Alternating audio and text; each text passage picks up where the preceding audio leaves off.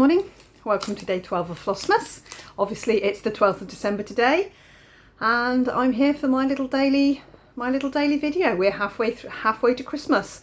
My shift yesterday went really well. It's just being back at work's exactly the same as it was when I left it, which is good. I did have a bit of a calamity with my back of my foot though, as I was pulling one of the big cages that we restock the chiller, like the fridge part, we call it the chiller, with. For reasons unknown, my foot got jammed between the wheel and the frame and I had to stop because I thought I was going to vomit. I got a real wash of Anyway, I've got this app and I didn't feel like I could put my foot down, and then I had like I felt so unwell. The pain was like unbelievable.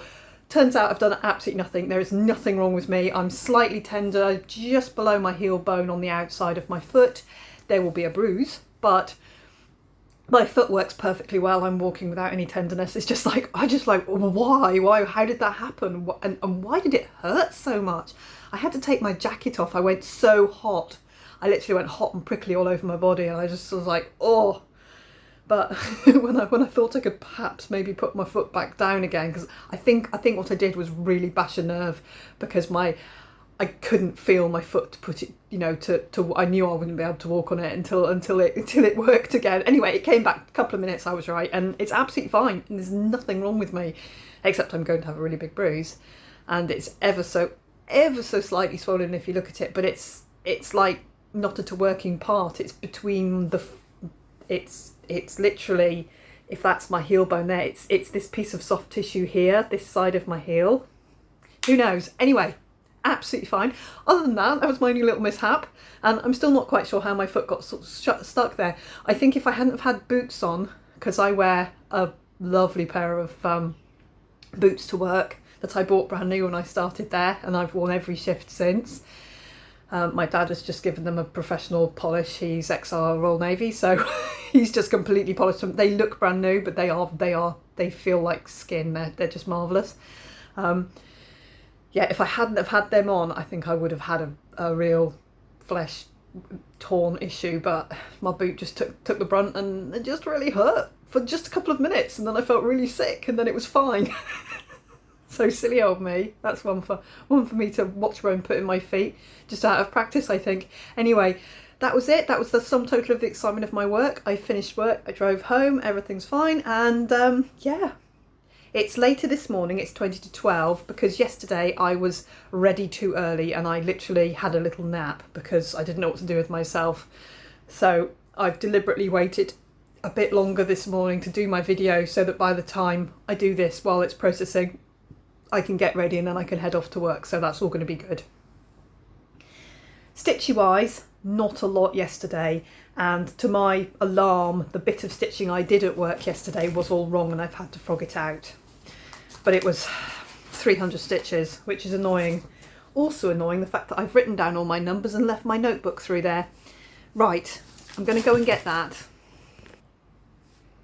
There we go. So of the 130 stitches I did at work yesterday, I had to take every single one of them out because I lined something up badly. So this morning I've done technically about 200 stitches, but in real life I've only done about 60. So because what I'd done, here is the village bakery, so there's not very much done because there's its corner here. So I think that's the doorway. It's the only one I think that isn't the only one I've done so far that isn't a door in the middle and a window each side. This is a door, a window and a lamppost. So the steps, that's a window. Here's the steps for the door. The steps for the door were in the wrong place because there's some ecru here. I did that, but it was one across and one up randomly, and then I lined the steps up with the ecru. So when I came back to put the white in this morning, I've put just a tiny tiddly bit of white, the white snow here and the white snow here in this morning. After I fixed what I'd done, the white didn't fit, and I thought, I can fudge it, but oddly the steps were 2 stitches this way, which I can't be allowing any more that way slip because we've already lost 10 stitches on the end of the fabric here. That's how close I'm getting to the end of my fabric. I think technically we're kind of in the middle because I'm 4 across there and 3 to go. So it's not bad now. We're getting there. So I couldn't afford to take any more stitches out of this border here, because I would then have to line everything up with this one, which would have made it further that way. And I'm already skating on an inch of margin that end now. So yeah, so I took that out. I had to take out all this dark grey and the ecru and the white I stitched this morning. So that's all back in now, and I've put in an extra like 20 white stitches. So I'm actually only a little tiny bit up from where I was yesterday. This will get another full day today, but full day's not a full day because for 8 hours I'm not touching it, and then I've got the drive each way, and then when I get home I'm probably a bit too tired to stitch anyway. But I'll either catch myself up or it'll be one that doesn't have very much in it. But that's the bakery. So that was yesterday's and today's. So not a lot going on there. For a total of 312 after I'd fixed my mistake. Obviously, some of them, like the firehouse there, has got a heck of a lot more stitching in it. And the Daily News has got a lot more now. So some of them are lots and some of them are little, but I'll go back and I will get them all done. The idea is to have them done. The idea isn't to stop and go, right, I've stitched on them all, that's me. So you can see there's very little coloured in on the pattern there. I'll just pop that back under the magnet so that I know that it's not lost to time. There. Right, so no, as soon as I realised my mistake this morning, I went, ugh, that's enough of that.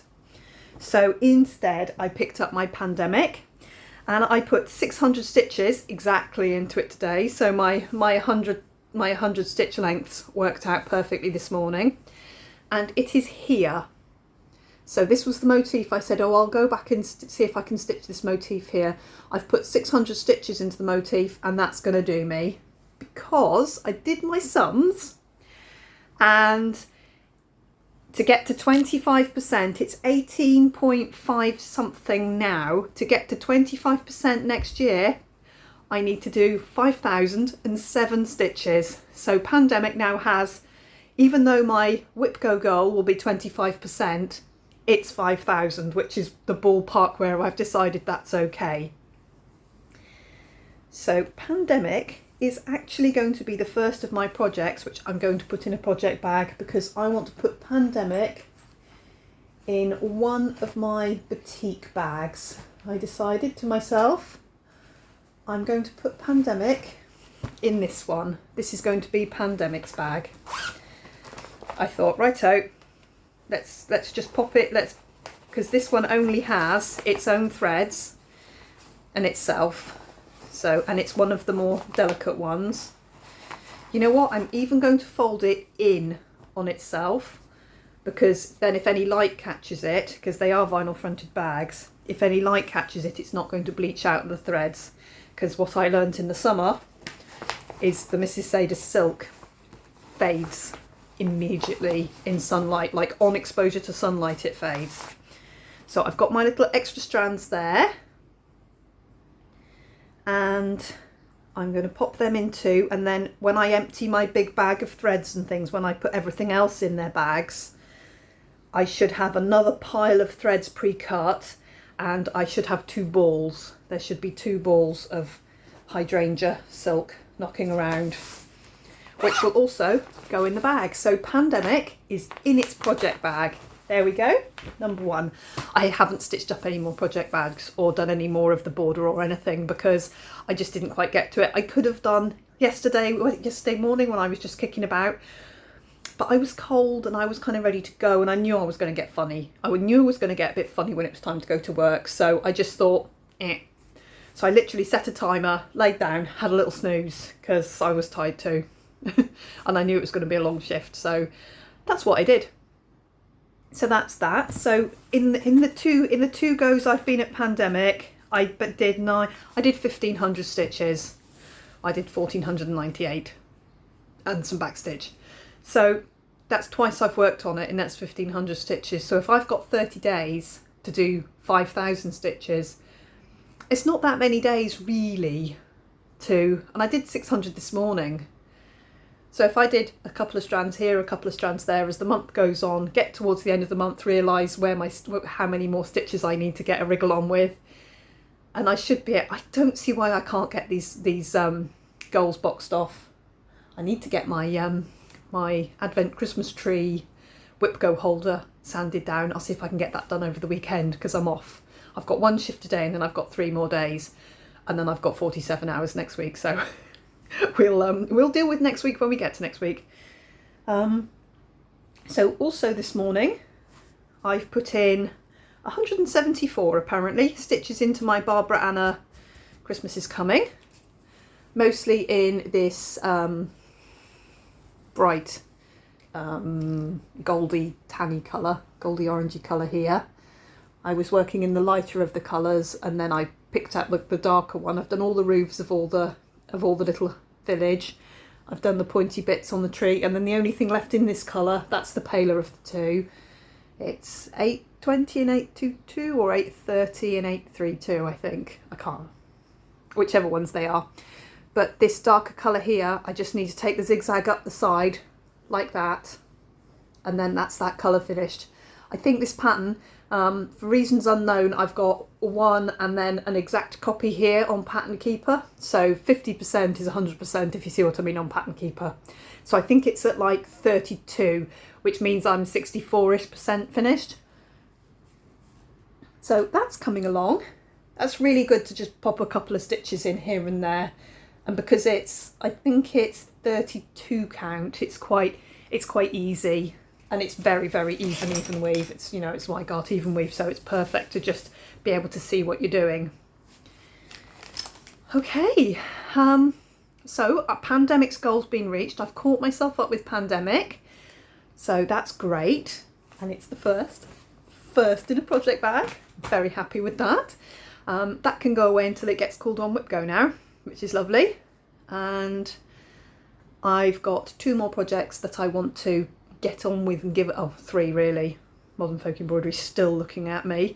I just need to get with the programme and stitch on that, and do what I've done with pandemic, have really good goes at it, and then that'll really take down my my stitch count for my goal.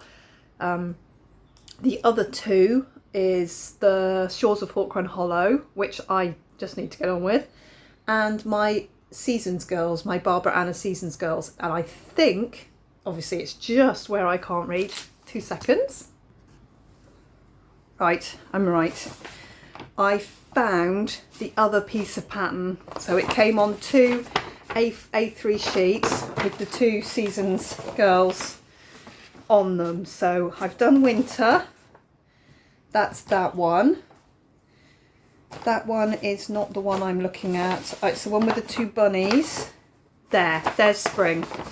Right, so I've got my master copy of spring.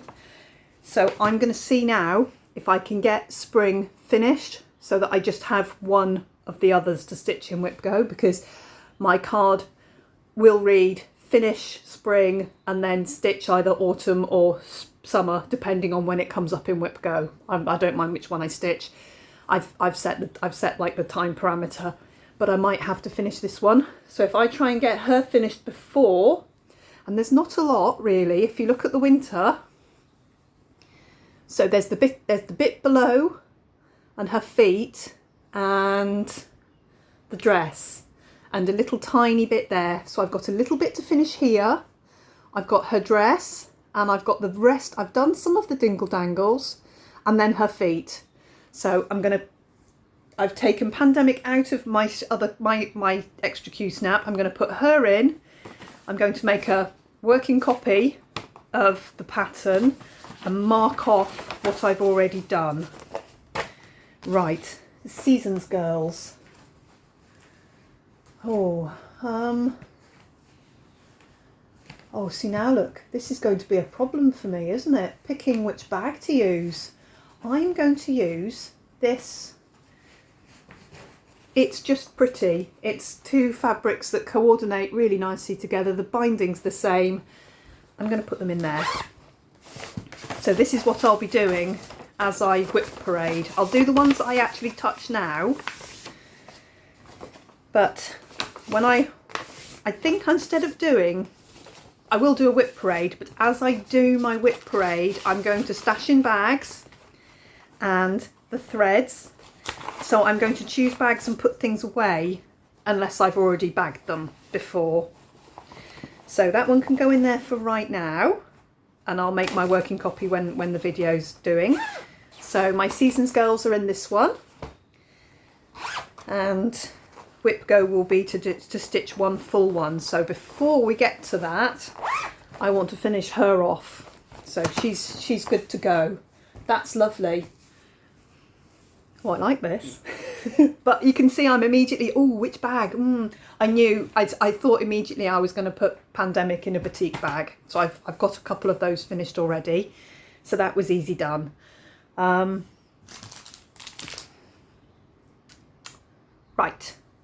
I think we might open number 12.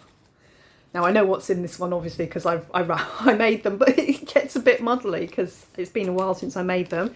So if you have a number 12 in your advent box, feel free to open it now if you haven't already. This is something new that I've not made before, but have been wanting to make for a while now, because I'm finding using these more and more useful for me. And I have made a floss ring with a charm. I need to explain these funny little charms. Right, there's 3 different sorts of these charms if you've got one in your floss box, and the thing is, they're to match the fabric. So there's some that match the post box, there's some that match these trees, and there's some that match there's some that match these trees here, and there's some that match the decorated tree. So that tree there, these ones were done to match these trees. Now what I've got here, what this actually is, other than the fact that it's more scissor fob size, the more I look at other people's floss drop charms, they tend to just be that hanging off the ring. Of course, mine's much more of a charm. If you've got one of these and you don't want it long and lanky and hanging off, you can turn it into a scissor fob, easy peasy, because it comes off there. And then all you need to do, you can do it with your hands, is open this jump ring like that, and you can slip it onto your scissors. If you've got lobster claws, you can put a lobster claw on it. If not, you can clip it onto your scissors. You could clip it onto the fob. You could clip it onto your thread bed, any kind of ring. Or if that's the ring you can deal with, you just open it, pliers if you want. I've just opened and closed that with my fingers. You can do that, dozens of times before they misshape themselves. But that is a clear, empty cabochon, which I've laid resin into, painted the resin, and then put resin on top. The sequins, the little bits of glittery, the stars, which are catching the light just there, they are encased in the resin. So it's not quite 3D, but you can definitely see that the paint's been laid in layers. I was experimenting. So anyway, I do like this very much. I'm using floss rings and floss drops ever so much more than I ever have, and I'm enjoying using them. So I thought, right, I'm going to make something. And it's quite a random thing, but it matches the fabric. So if you've bought the set from me, your stuff all matches. So I'm going to give this away tomorrow. So if you'd like to be entered into the dip to win my number 12, I will... leave me any kind of comment on this video, and tomorrow when I film my video I'll do the random dip as I do my video. So you've got until I film my video, perhaps 24 hours, perhaps like 22 hours to comment on my video, and you'll be entered into a dip to win this.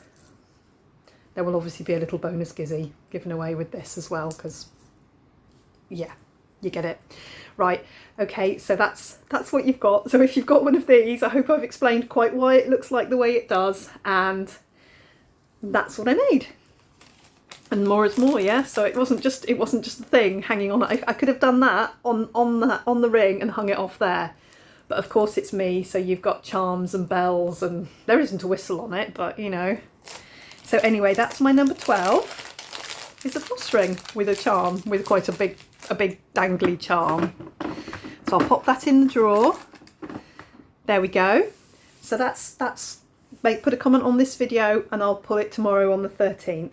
And today I'm going to keep on stitching on my Village Bakery, hopefully get some progress into that. And I'm going to start stitching on my Seasons Girls as soon as I've made a working copy of the pattern. But now it's all together. I've got the threads, I've got the master copy of the pattern, and I've got the fabric. And I've got the hiccups again. I keep getting the hiccups. I think it's the change in temperature coming through here. Right, that's really good. I'm liking putting things in bags. Have I got a different one here? Oh no, my one for the board is the same. I made sort of an equal number of all of them, so that's the same with the 2 trees. There we go. So that's my floss drop. How am I doing? Oh look, we're doing okay. Oh. You can see my unwrapped goodies in there. That's like my extra unwrapped set in my little tin there. That I can get one out and put it up there to show you. Okay, turn you round. And the threader. The thread has fallen there. There we go. So we've got 6. 1, 2, 3. Oh yeah, I need to put the thingy there as well. But we've got 6, so we're half open. That's six things open. But for people who've got the box, you've not got all 6 of those, because you've definitely got at least one of the big things. So yeah, we plod on. Let's carry on and keep going. And thank you for watching me. Thank you for taking the time to watch my Flossmas videos. Everyone keeps saying, so I think I should say it too. There's so much out there to watch at the moment. I've pretty much settled into my pattern now. So I'm watching the same sort of people, but the whip parades are turning up. Animal Instincts put her blooming end of year whip parade. I mean, how do I fit 2 hours of watching floss tubing at the moment? I'm just going to have to make myself a playlist and just chug through them, because I adore watching whip parades. I film mine on the last day of the year. I'm off. I couldn't explain. Oh, I told one of my colleagues that I make floss. I was trying to explain about Flossmas, and I thought there's no way I can explain this without saying I make YouTube videos. And she looked at me like that. Oh, do you? And I was like, nobody knows. She was like, I won't tell anyone. She's not a stitcher. I think she does a little bit of crafting, but she's definitely not a stitcher, and had never heard of this. So I don't mind people in real life knowing. It just feels really weird. It's just something I don't generally tell people. I told Richard almost straight away, and he thought I was off my rocker. He really did. He thought I was off my rocker. But hey ho, he's got used to me now, and he's stuck. He's stuck with it now. I brought all my weirdness with me. Anyway, right.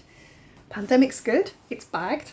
That, I can't tell you how exciting that is. That's really silly to be that exciting. I'm going to take my whips back through. It's 12 o'clock. I'm going to go and jump in the shower and then get ready for work. And then I'll have a little bit of time to do some stitching. And then I will head off to work. I've got to swing into Flora's school and drop her other bag off, because she meant to bring her other bag and forgot it.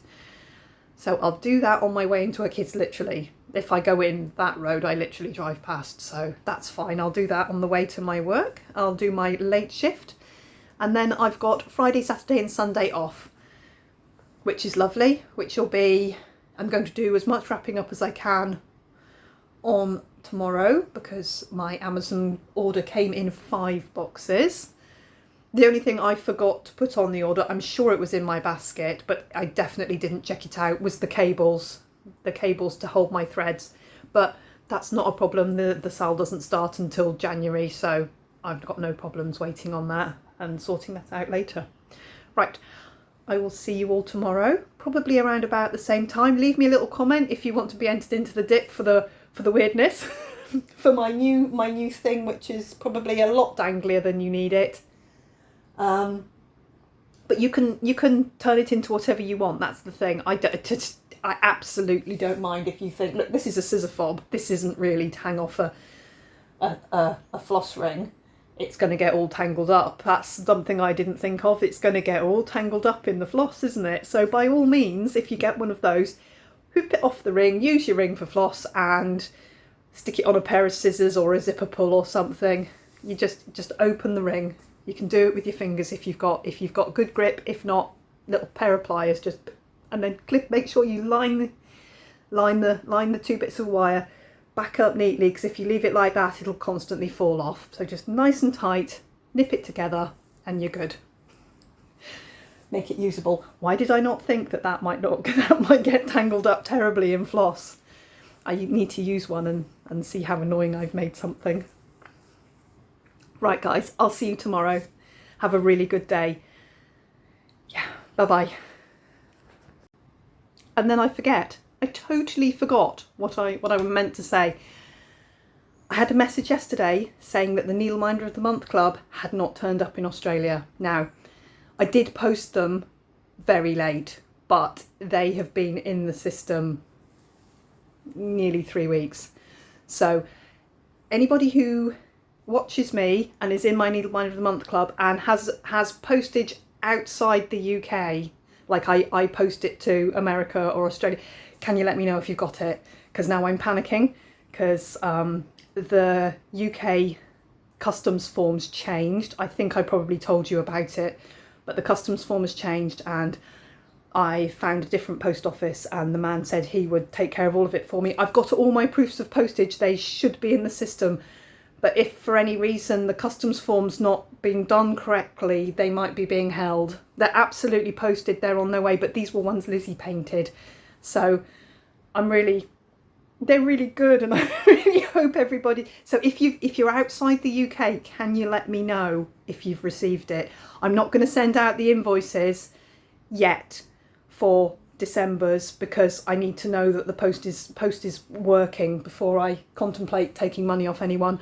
And also, I'm in process making December's. Yesterday, I saw a little picture on the side of some of our promo stuff, some of our like in-store poster stuff, and I just went, I love it, I'm going to have to make a needleminder of that.